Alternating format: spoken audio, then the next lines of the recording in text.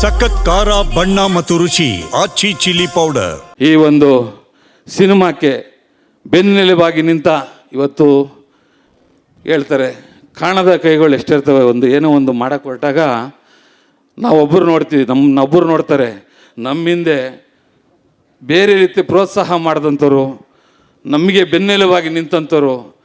ಒಬ್ಬ ನಿರ್ಮಾಪಕ ಒಂದು ಸಿನಿಮಾ ಮಾಡಬೇಕಾದ್ರೆ ಇವತ್ತಿನ ಕಾಲದಲ್ಲಿ ಭಾಳ ಕಷ್ಟ. ಇವತ್ತು ಯಾಕಂದರೆ ನಮ್ಮ ಮೀಡಿಯಾದವರು ಆಗಲಿ ಯಾರೇ ಆಗಿರಲಿ, ನಿರ್ಮಾಪಕ ಬಂಡವಾಳ ಹಾಕಿರ್ತಾನೆ.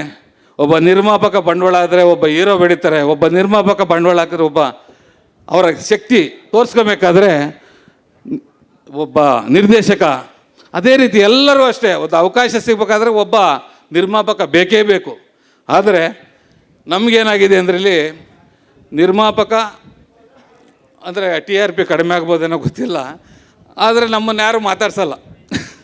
ಲಾಸ್ಟ್ ಅದು ಬೇಜಾರು ಮಾಡ್ಕೊಂಬಿಡಿ, ಅಲ್ಲಿ ಸಮಯದ ಅಭಾವ ಇತ್ತು, ಕರೆದ್ರೂ ನಾನು ಮಾತಾಡ್ತಿರಲಿಲ್ಲ. ಯಾಕಂದರೆ ನಮ್ಮ ಈವೆಂಟ್ ಮ್ಯಾನೇಜ್ಮೆಂಟು ಸರವಣ ಅವರು ಇದು ನವರಸನ ಹೇಳ್ತಾಯಿದ್ರು, ಸಾರ್ ಟೈಮ್ ಆಗೋಯ್ತು ಅಂತ.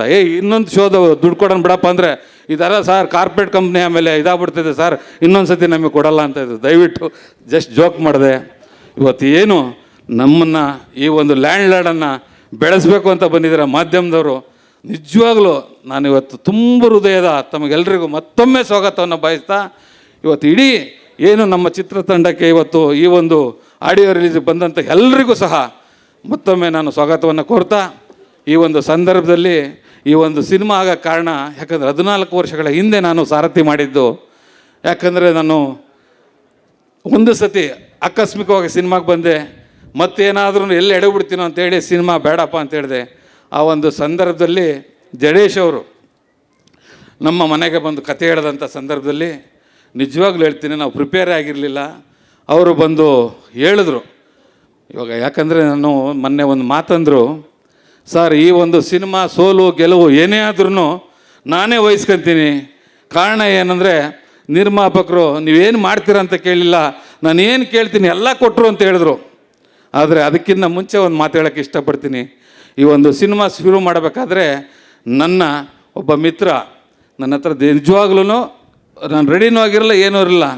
ಅವತ್ತು ಗಿರೀಶ್, ಇವತ್ತು ಅವರು ನನ್ನ ಆತ್ಮೀಯ ಮಿತ್ರ ಸಹೋದರ. ಅಣ್ಣಾಜಿ ಗಿರಿ ಅಂದರೆ ಬೆಟ್ಟ, ನಾನು ಯಾವತ್ತು ನಿನ್ನಿಂದ ಬೆಟ್ಟದಾಗೆ ಇರ್ತೀನಿ, ಮಾಡೋಣ ಅಂತ ಹೇಳಿ ನನಗೆ ಸಹಾಯ ಮಾಡಿದ್ರು. ಇವತ್ತು ಅವ್ರನ್ನೂ ನೆನ್ಸ್ಕೊಂತ ಮೂರ್ತಿ ಅಂತ, ಆನಂದ್ ಅಂತ, ಅರವಿಂದ್ ಅಪ್ಪಾಜಿಯವರು ಅಂತ ಸುಮಾರು ಬೇಕು. ನಮ್ಮ ಅಶೋಕ್ ಅಣ್ಣವರು ದಯವಿಟ್ಟು ಅವರು ಮುಂದಕ್ಕೆ ಬರಲ್ಲ, ತಮಗೆಲ್ಲರಿಗೂ ಗೊತ್ತಿದೆ. ಅಶೋಕ್ ಹೆಗ್ಡೆ ಅವರು ಯಾವುದೇ ಕಾರಣಕ್ಕೂ ಈ ಸಿನಿಮಾಕ್ಕೆ ನೀನು ಫೈನಾನ್ಸ್ ತಗೊಂಡ್ರೆ ಸಾರಥಿ ಥರ ತೊಂದರೆ ಆಗ್ಬೋದು, ಬೇಡ ಅಂತ ಹೇಳಿ ನನ್ನ ಬೆನ್ನೆಲುಬಾಗಿ ನಿಜವಾಗಲೂ ಸಿನಿಮಾ ಮಾಡ್ಬೇಕಾದ್ರೆ ಎಷ್ಟು ಕಷ್ಟ ಆಗುತ್ತೆ ಅಂತ ತಮಗೆ ಗೊತ್ತಿರುತ್ತೆ. ಈ ಒಂದು ಫೈನಾನ್ಸ್ ಸ್ಟೇಜಲ್ಲಿ ಕಾಲದಲ್ಲಿ ಕೊನೆಯವರೆಗೂ ನಾವು ಸಾಲ ತಗೊಂಬಾರ್ದು, ಹಾಗೆ ಸಿನಿಮಾ ಮಾಡಬೇಕು ಅಂತೇಳಿ ಅಶೋಕಣ್ಣ, ಶರತಣ್ಣ ಅವ್ರು ಹಿಂದೆ ಕುಂತಿದ್ದಾರೆ. ಅವರು ನಂಗೆ ಕರೆದ್ರೂ ಮುಂದಕ್ಕೆ ಬರ್ತಾಯಿಲ್ಲ. ಇವತ್ತು ಆ ಥರ ಕಾಣದ ಕೈಗಳಿರ್ತವೆ. ಅದೇ ರೀತಿ ನಮ್ಮ ಸುಪ್ರೀತ್ ಅವರು, ನಾನು ಹೇಳಿದೆ ಸರ್ ಏನಾದ್ರೂ, ನಾನು ಫಸ್ಟ್ ಹೋಗಿ ಕೇಳಿದಾಗ ಫೈನಾನ್ಸ್ ರಿಜೆಕ್ಟ್ ಆಗಿತ್ತು. 2ನೇ ಸತಿ ಅವರೇ ಎಲ್ಲ ಒಂದು ಕಡೆ ಹೇಳಿದಾಗ, ಏನು ಸರ್ ಏನೋ ಬೇಕಿದೆಯಾ ಅಂತ. ಇಲ್ಲ ಸರ್ ನಾನು ಸಾಲ ತೊಗೊಂಡ್ರೆ ಏನಾಗುತ್ತೆ, ಡಿಸ್ಟ್ರಿಬ್ಯೂಷನ್ ಕೊಡಬೇಕಾಗುತ್ತೆ, ಇನ್ನೊಂದು ಕೊಡಬೇಕಾಗುತ್ತೆ, ದಯವಿಟ್ಟು.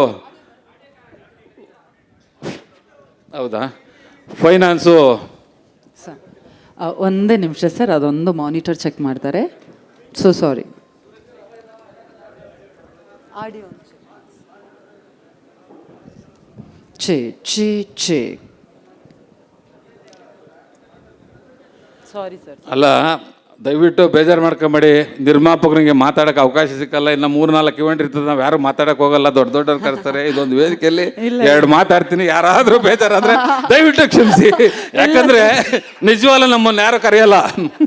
ಆದರೆ ಪ್ರತಿಯೊಬ್ಬರು ಕೇಳೋದು ಹೀರೋ ಸಾಬ್ನ ಅಂತ ಕೇಳ್ತಾರೆ.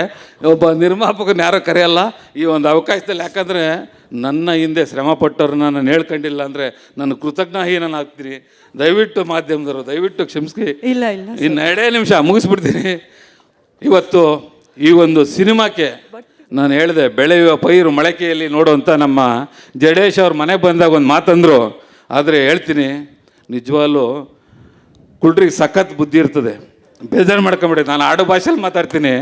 ಆತ ಬಂದು ಕೇಳ್ಕೊಂಡ, ಸರ್ ಒಂದು ಒಳ್ಳೆ ಕತೆ ಇದೆ ಸರ್. ಏನಪ್ಪ ಅಂತ, 4-5 ಕಡೆ 10 ಕಡೆ ಹೋಗಿದ್ದೀನಿ ಸರ್, ಬಡ್ಜೆಟ್ ಜಾಸ್ತಿ ಆಗುತ್ತೆ, ಹಾಗೆ ಹೀಗೆ ಮಾಡೋಣ ಅಂತ ಹೇಳ್ತಾರೆ ಸರ್ ಅಂತ. ಆತನ ಕ್ಯಾಲ್ಕುಲೇಷನ್ ಏನು ಅಂದರೆ, ನಮ್ಮ ಹೀರೋ ಸಾಹೇಬ್ರದ್ದು ಭೀಮಾ ಪಿಕ್ಚರು ಇನ್ನು 1 ತಿಂಗಳು 1.5 ತಿಂಗಳಲ್ಲಿ ರಿಲೀಸ್ ಸ್ಟೇಜಲ್ಲಿತ್ತು.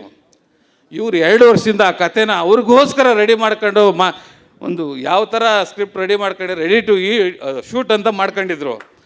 ಆಮೇಲೆ ಇವತ್ತೇನಾದರೂ ನಾಳೆ ಭೀಮದ ನನಗೆ ಫ್ಲ್ಯಾಶ್ ಗೊತ್ತು, ಆದರೆ ಸರ್ ಇನ್ನೊಂದು ವಾರದಲ್ಲಿ ಶೂಟಿಂಗ್ ಹೋಗಿಲ್ಲ ಅಂದರೆ ಹೀರೋ ಸರ್ ಅವರು ಬೇರೆ ಇವರು ಪ್ರೊಡ್ಯೂಸರ್ನ ಒಪ್ಕೊಂಡ್ಬಿಡ್ತಾರೆ ಸರ್ ಹಾಗೆ ಅಂದರು.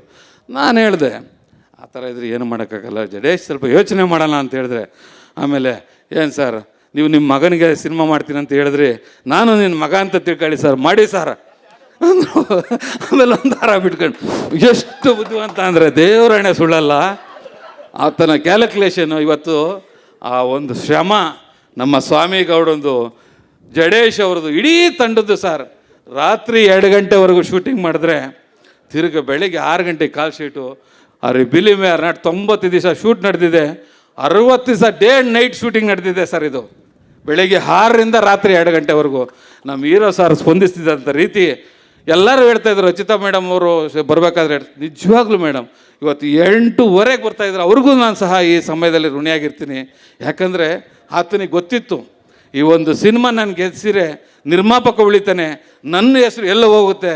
ಒಬ್ಬ ಇಡೀ ಒಂದು ಚಿತ್ರತಂಡ ಯಾವ ರೀತಿ ಕೆಲಸ ಮಾಡ್ತಾರೆ ಇದನ್ನು ನಾನು ಈ ಸಂದರ್ಭದಲ್ಲಿ ನಾನು ನೆಕ್ಸ್ಟ್ ಸಮಯ ಸಿಕ್ಕಲ್ಲ, ನಾನು ಮಾತಾಡೋಕ್ಕೆ ಹೋಗಲ್ಲ, ಪ್ರೊಡ್ಯೂಸರ್ ಮಾತಾಡ್ತಾರೆ.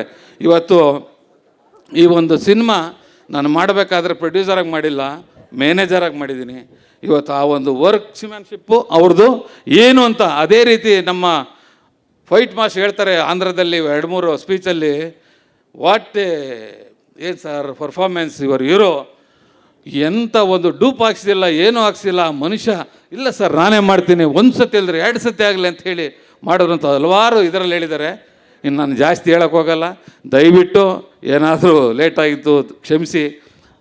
ಇದು ನಂದು ಕೊನೆಯ ಅವಕಾಶ, ಯಾಕಂದರೆ ನೆನಿಬೇಕು. ಹಿಂದೆ ನಮ್ಗೆ ಯಾರು ಸಹಾಯ ಮಾಡಿದ್ರೆ ಅವ್ರು ನೆನಿಲಿಲ್ಲ ಅಂದರೆ ಇದಾಗುತ್ತೆ ಅಂತ ಹೇಳಿ ಮಾತಾಡಿದೆ. ಇವತ್ತು ಈ ಒಂದು ಚಿತ್ರದಿಂದ ಇಡೀ ನಮ್ಮ ಪ್ರತಿಯೊಬ್ಬ ಆರ್ಟಿಸ್ಟ್ಗೂ ಸಹ ನಾನು ಮನಸ್ಪೂರ್ವಕ ಹೇಳ್ತಾ ಇದ್ದೀನಿ, ಅವಾರ್ಡ್ ಮೇಲೆ ಅವಾರ್ಡ್ ಬರುತ್ತೆ ಸರ್. ಹಿಂದೆ ಸಾರಥಿ ನಾನು ಆಕಸ್ಮಿಕವಾಗಿ ನನಗೆ ಸಿನಿಮಾ ಗೊತ್ತಿಲ್ದಂಗೆ ಬಂದು ಸಿನಿಮಾ ಮಾಡಿದಾಗ ನಮಗೆ 5 ಅವಾರ್ಡ್ ಬಂತು. ಇದರಲ್ಲಿ ಒಬ್ಬ ಆರ್ಟ್ ಡೈರೆಕ್ಟರ್ ಇರ್ಬೋದು, ಹೀರೋ ಸರ್ ಇರ್ಬೋದು, ಹೀರೋಯಿನ್ ಸರ್ ಇರ್ಬೋದು, ಹೀರೋ ಮೇಡಮ್ ಇರ್ಬೋದು, ಪ್ರತಿಯೊಬ್ಬರಿಗೂ ಸಹ ಒಂದು ರಾಜ್ಯ ಪ್ರಶಸ್ತಿ ಬಂದೇ ಬರ್ತದೆ. ಈ ಸಿನಿಮಾಕ್ಕೆ ತುಂಬ ಎತ್ತರಕ್ಕೆ ಹೋಗುತ್ತೆ ಅಂತ ಹೇಳಿ ನಾನು ಹೇಳ್ತಾ, ತಮಗೆಲ್ರಿಗೂ ಏನಾದರೂ ಬೇಸರ ಆಗಿದರೆ ದಯವಿಟ್ಟು ಕ್ಷಮಿಸಿ ಅಂತ ನನ್ನ ಮಾತನ್ನು ಮುಗಿಸ್ತೀನಿ. ಜೈ ಹಿಂದ್, ಜೈ ಕರ್ನಾಟಕ ಸರ್. ಇದೀಗ ತಡವಾಗಿ ಬಂದ ನನ್ನ ಆತ್ಮೀಯರು, ಖ್ಯಾತ ನಿರ್ದೇಶಕರು, ನಿರ್ಮಾಪಕರು, ಆಕ್ಟ್ರು ಅಂತ ಹೇಳಿ ತರುಣ್ ಸುಧೀರ್ ಅವ್ರ ದಂಪತಿಗಳು ಸಹ ನಮ್ಮ ಚಿತ್ರದ ಪರವಾಗಿ ಸ್ವಾಗತವನ್ನು ಕೋರ್ತಾ ನನ್ನ ಮಾತನ್ನು ಮುಗಿಸ್ತೀನಿ.